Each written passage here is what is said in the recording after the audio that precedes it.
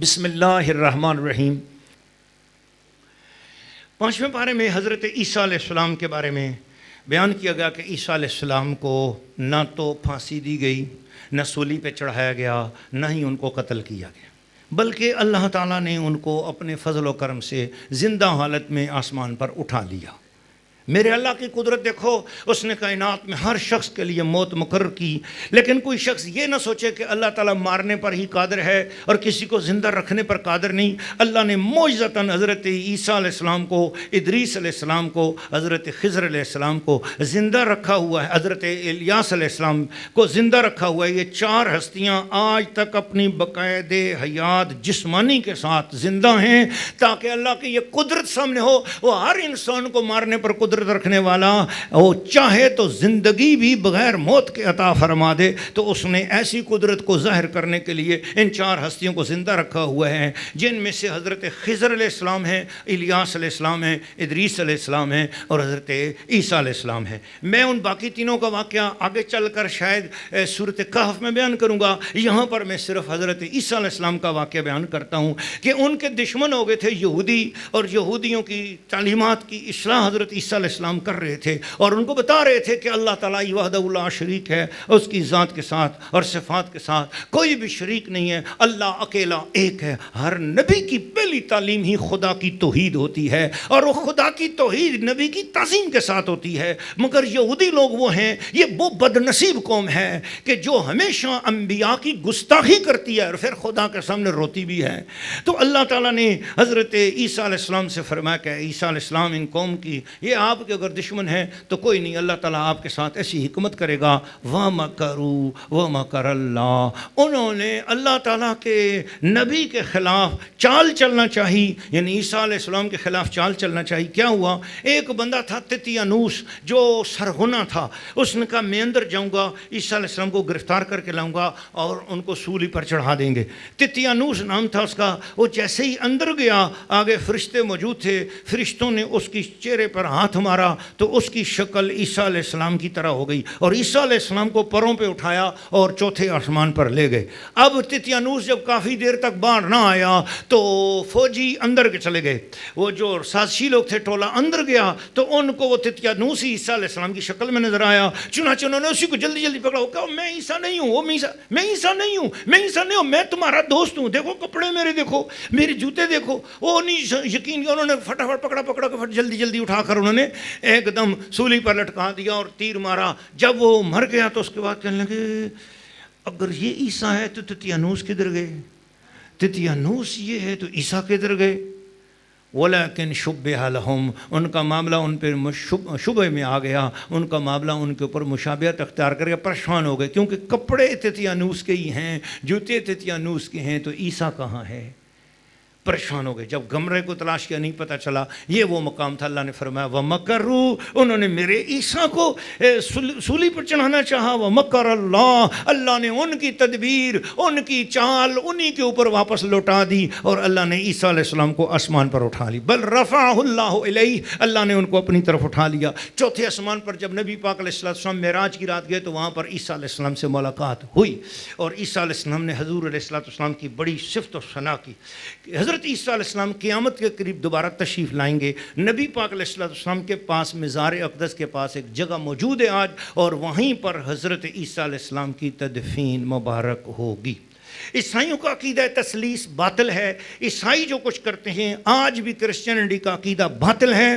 میں اپنے اس پروگرام کے ذریعے دنیا بھر کے کرسچینٹی کو اسلام کی دعوت دیتا ہوں، اور میں کہتا ہوں کہ اگر آپ نے مجھ سے مناظرہ کرنا ہے تو میں تمام عیسائیوں کا مناظرہ قبول کرتا ہوں۔ میں تمہیں بتاؤں گا کہ عیسیٰ علیہ السلام اللہ کی مخلوق ہیں، وہ اللہ تعالیٰ کے بیٹے نہیں ہیں، مریم اللہ تعالیٰ کے نور کا حصہ نہیں ہے، وہ اللہ کی مخلوق ہیں، اللہ تعالیٰ کے عزت والے بندے ہیں، اور جتنی عزت الحمدللہ ہمارا اسلام ان دونوں ہستیوں کی کرتا ہے تم نہیں کرتے ہو۔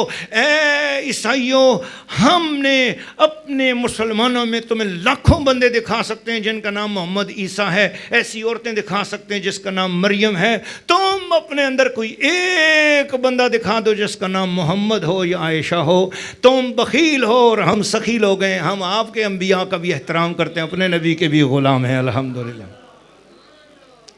بے شک اللہ اکیلا ایک ہے، اور پھر اس کے بعد اللہ کریم نے حلال اور حرام چیزوں کا بیان کیا اور فرمایا کہ یاد رکھ لینا کہ خون حرام ہے، مردار حرام ہے، خنزیر حرام ہے. جو چیزیں بیان کی اللہ پاک نے، اس میں خاص طور پر یہ فرمایا وما اہل لغیر اللہ بہ، جس کے اوپر حلال کرتے وقت، ذبح کرتے وقت بسم اللہ اللہ اکبر کہتے ہوئے کسی غیر اللہ کا نام نہیں لینا. اگر غیر اللہ کا نام لیا تو شرک ہو جائے گا.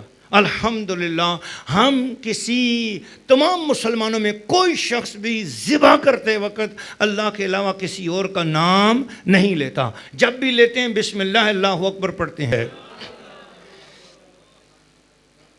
پھر اس کے بعد واقعہ اللہ تعالیٰ نے سفر کے دوران، یہاں ایک دو واقعات بھی آئے لیکن وہ انشاءاللہ میں آگے چل کر بیان کروں گا.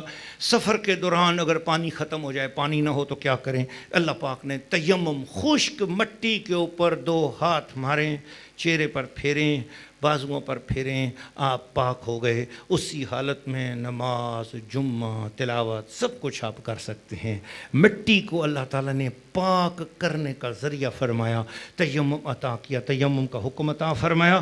تو اس کی نیت فرض ہے.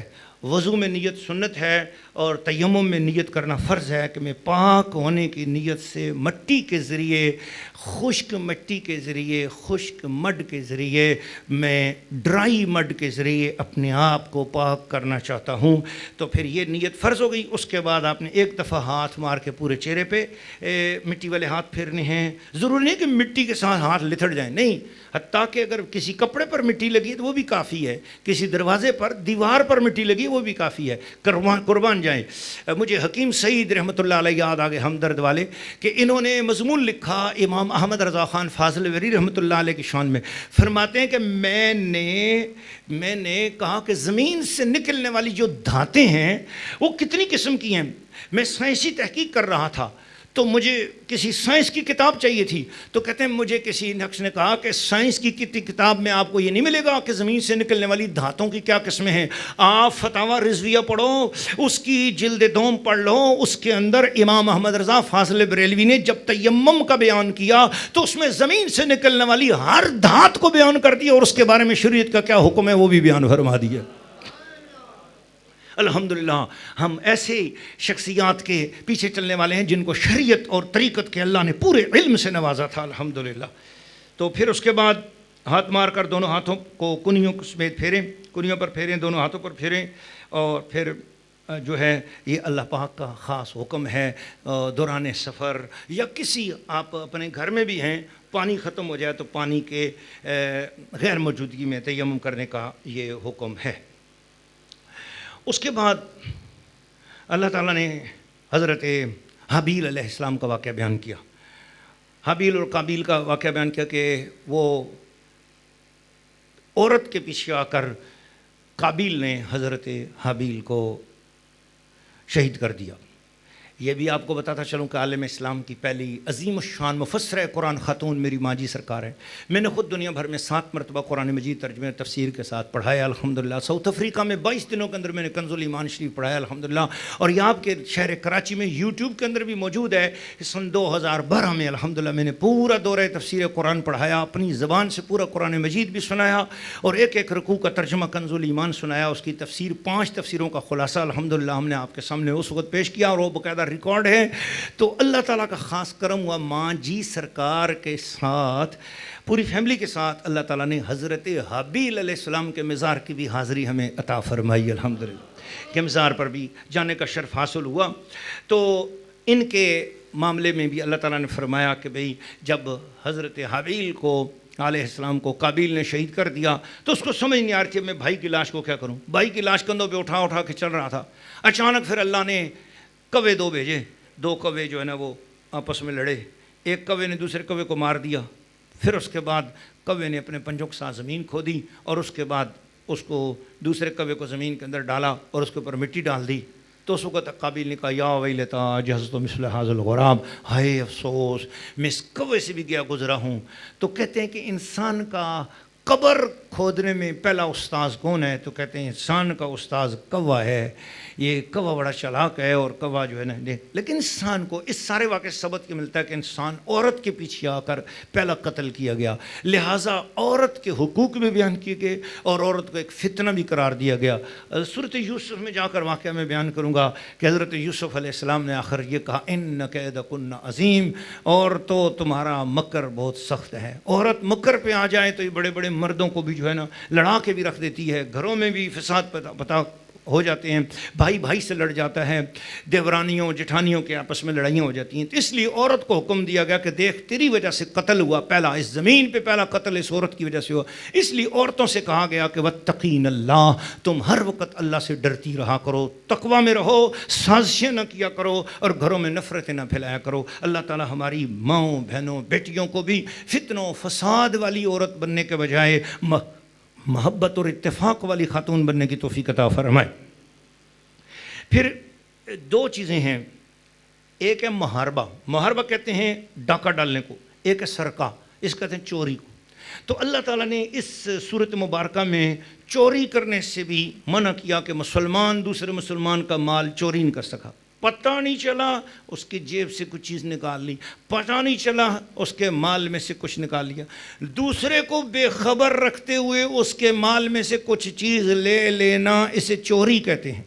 اور دوسرے کو پتہ ہو اور اس کی آنکھوں کے سامنے اس کا مال چھین لینا، اس کو ڈاکہ کہتے ہیں.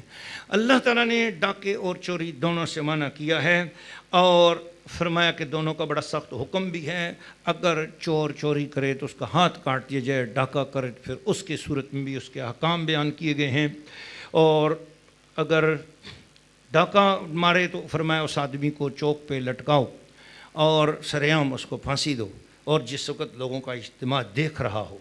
پھر اس کے بعد قسموں کی بات بیان کی کہ جو قسم اٹھائی جاتی ہے کسی کو اعتبار دلانے کے لیے، تو اس قسم کے کفارے کا، اگر ایک نے قسم اٹھائی اور پھر قسم جو ہے نا اس کا کفارہ جو ہے وہ ادا کرنا چاہتا ہے تو کیسے ادا کرے، تو اس کے حوالے سے جو ہے نا وہ تفصیلی احکام آئے. انشاءاللہ پھر میں آگے جب صورت مجادلہ کا بیان آئے گا تو اس وقت انشاءاللہ میں کچھ اس پر گفتگو کروں گا.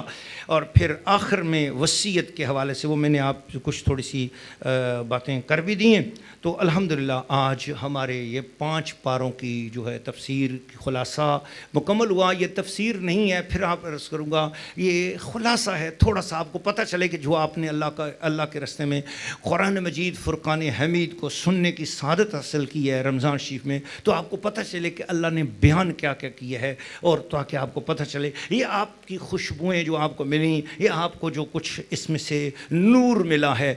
ناظرین و ناظرات، سامعین و سامعات، دنیا بھر میں دیکھنے والوں، الحمدللہ ہمارا ماجی ایجوکیشنل امپائر کے تحت یہ چینل قائم کیا جا چکا ہے. اس چینل کے ذریعے آپ کو ہمیشہ دین کی بات ملے گی اور ایمان کی بات ملے گی. اس کو خود بھی سبسکرائب کریں، آگے دوستوں کو بھی دیں. آپ میں سے جن احباب میرے سامنے سننے والے جو لوگ بیٹھے ہیں یا آگے جو سنیں گے، ان کے جس کے پاس موبائل ہے اور یوٹیوب استعمال کرتا ہے تو اس سے گزارش ہے کہ وہ ہمارے اس چینل کو ضرور سبسکرائب کریں. اللہ تعالیٰ اپنے حبیب کے صدقے مجھے اور آپ سب کو دین پھیلانے کا ذریعہ بنائے، آسانیاں تقسیم کرنے والا فرمائے. وما علینا الا البلاغ المبین.